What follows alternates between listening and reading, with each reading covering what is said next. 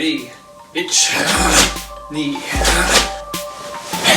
You can deliver another technique if you want. She. Hutch. Do. Hey. Kyosuke. Tagani. Ready? Welcome back to my channel, guys. My name is Jason Leung, and this is a Karate at Home series. This is the first video in the series, so today we're just going to be doing some basic things. So try your best to follow along, and yeah, let's have some fun. Okay, starting off in a just basic Shizen type position. Feet natural stance. One hand out, one hand back. Hikite, back here to your hip. Alright, make sure when you do Hikite, your fist is not too forward or not too high, not too low, just natural to where your shoulder sinks down. Okay, you don't want to pull it back extremely as well. So you're here, one hand out, one hand back, just chokuzuki, punching to the center. Slow first, slow count, itch, and then you time the rotation with your breathing, knee. As you rotate, you're focusing on the center and then engaging your core and your abdomen right here, landing together, san. Keep your posture straight, eyes forward where you're going, shi, go, rok, sich, hutch, hu, haiju. Yame and Hainawe. Okay, so from here we're gonna do it a little faster. Ayoi. From here, natural stance, one hand out, starting with the right. Ich, ni, san, shi, go, rok, sich, hutch, hu, yu, hey. Hiya. Shake it out. Alright, so now that you guys are a little bit loosened up, we're gonna loosen up a little bit more. We're gonna do some hip circles. Portents of the hips in martial arts movement. Relaxation is key. Just loosen up the hips. Do this on your own for about, as long as you want. It's important to loosen up your body between sets, between exercises. If you continue this stiffness when you train, you will not be able to execute the power fully. Okay. Position. Okay. We're gonna do Shotokan from here. Knife hand block. So we're gonna get set. One here. Okay. So when you do Shotokan from Shizen-tai, everything needs to always land in the center, just like everything else. Center line, embusen is very important in karate. It is actually the most important thing, so that gives you the laser focus and intention in your techniques. So you're here, one hand out, wind up position, boom. Okay, same thing like the hikite, you don't want to pull this back all the way, just enough to stay compressed and engaged with your strike, with your block, and to the opponent. And you always want to imagine that you're blocking something. So when I bring this hand up to my face, I'm either imagining that I'm parrying something, or maybe moving my head, or just some sort of evasion. You always want to have an intention in mind, especially if you're a black belt. White belts, they just go through the movement, they just go 1, 2, 1, 2. I mean, you're doing that, you're thinking more like a machine and not as a martial artist. So you want to have intention as you're doing the movements. Okay, so starting off in yoi, right here, ich, slow first, ni, san, shi, go. You see how I square up a little bit? Then I just release. Okay, I square up, compression, expansion, compression, and exhale. It's all about the yin and the yang in the martial arts. It's about the balance, power, softness together.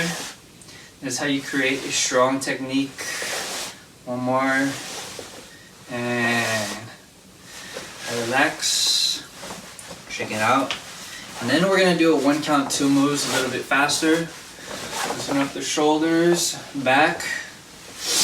Yoi, ich, ni, san, shi, go, ro, sich, hach, ku, ju, hai. Yame, hai, now. Okay, so now diving a little bit deeper, we're going to be practicing from kibadachi, horse stance. So find your own horse stance, you know, some quick pointers when you do this. You want to make sure your knees aren't caving inwards, you are not activating the correct supporting muscles. This is one way to hurt yourself as you're doing the exercise. So you don't want your knees inward caving in, you don't want your knees too out because you are concentrating your energy on the wrong thing, okay? Horse stance is just about compressing your technique and rooting your stance and using the floor as leverage, using gravity to help you execute your techniques. So you find the sweet spot, as I like to say. It's where your breath settles and where your joints naturally fall into place. So you don't want to go so low that you're forcing yourself to be there. And you don't want to stay up so high where you are not exerting anything at all. So from here, I just spread my legs a little bit, drop down to where the sweet spot is for me. Okay, check my position. You don't want to, this is not shikodachi where your feet are pointed outwards. You want to gather your energy inward and compress. Okay, from here, find your center line. Chokuzuki, punching to the center. We're going to do this 10 times, but double punch. Ready?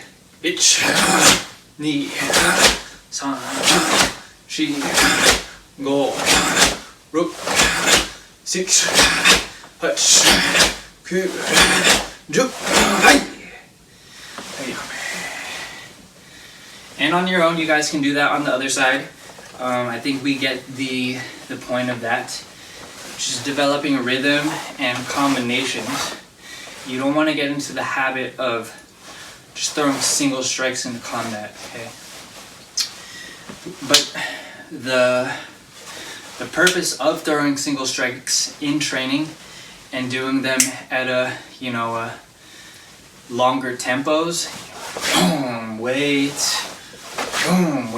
is so you can, for me, in my own words, is so you learn how to execute the full technique from start to finish. So you explore the complete range of motion, rather than if you're just a boxer and you start day one like that, you're gonna learn T-Rex arms, as some people say, and you will never know the full range of motion that karate and some other traditional martial arts have to offer. So this is why we practice it kind of mechanically first and technically, and then, as they say, you learn the rules and you get to a proficient level, then you break them or you explore your own way, which is where I am in my stage of karate and martial arts now. Alright, so now that we are all sufficiently warmed up, we're gonna move on to everybody's favorite thing, kicks. Alright, but for some it could be the most challenging. Most of you, I'm assuming you don't have a dojo to train at right now or a space. What I'm teaching you right now is designed to be practiced in a small room, so you can do this anywhere, basically. And that's the good thing about karate. You don't need a lot of space to do it.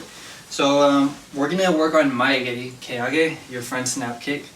We're gonna start with our feet together, and again, find your sweet spot. Hands down to the side, you balance, posture, find your center, and we're gonna go through the 4 motions of the kick slowly. And this is gonna develop the muscles you need and the memory for your muscles, more importantly, to execute the kick in combat. So you're here, we're gonna alternate legs, left and right. So you can bring your leg up, all right? Very important when you bring your leg up, you can see my foot maintains a flex position. As we like to say, you don't want to have a lazy foot like this, okay? This is not engaging your core, and it's gonna inhibit your speed, your total speed. So when I bring it up, okay, this is very important. My supporting leg is still bent. Okay, if you can see that, and I didn't change my height. All right, when you bring the knee up, it's very important you don't change the height, because if you do, you telegraph the technique to your opponent. So if I'm coming at you like this, you'll see me a lot more than right here. Okay, so starting slow. Bring the knee up, hold. Now, knee, you hold it out. This can be tricky for some, so if it is, you hold your leg with your hands. If you can, balance with your hands. Okay, very important is that I'm now flexing my foot and kicking with the balls of my feet underneath. Okay, this is the hard part. It's gonna be bone contacting your opponent. Okay, you can kick with the top of your foot. There's no wrong in that. But if you want to deliver, a stabbing strike to the groin or the stomach, you use that part of your foot. At least that's how they teach it in traditional karate. So that was the left side. We're gonna go right. Okay, you bring your knee up, keep everything flexed, no slack in the foot, cut the slack, boom. You want to get your knee at least hip level, as if you can balance something on your leg like a table.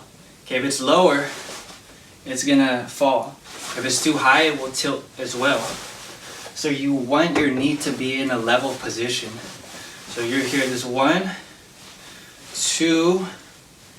Another thing, when you bring the foot out, you don't want to do this with your back and lean back.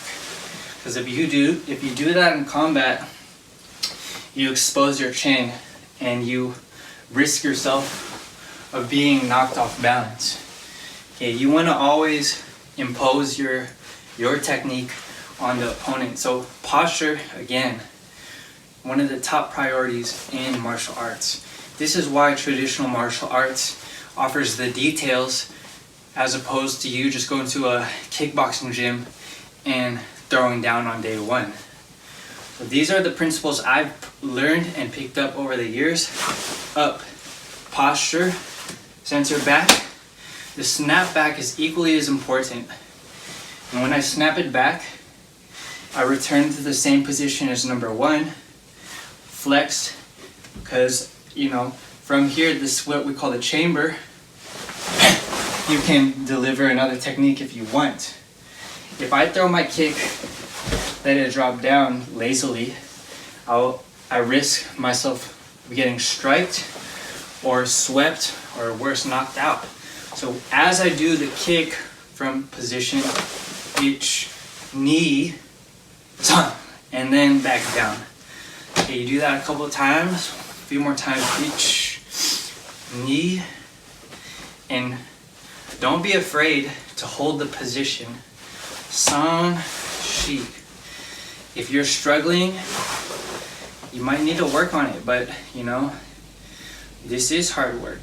If you want something, you have to be willing to put in the work. You can see I'm a little bit stiff on this side, but I'm going to correct myself, recenter back and down. The worst thing you can do is if you are practicing and you're just trying to keep up with the class and maintain the pace, and you start breaking form. Okay, don't worry about the pace of the class. You're not competing against other people. You're competing against yourself, trying to improve. Again, each, center, knee, san, shi, one more, each, keep your shoulders relaxed, knee. Okay, this side is a little tight, I can feel it. I'm gonna correct myself. Balance, san, shi, name, naore. Alright, so with that guys, with those concepts and drills, that wraps up Karate at Home number 1.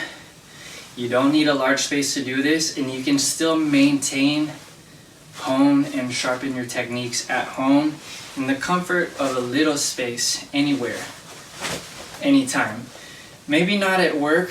Don't do this when your boss is looking at you, just on your spare time.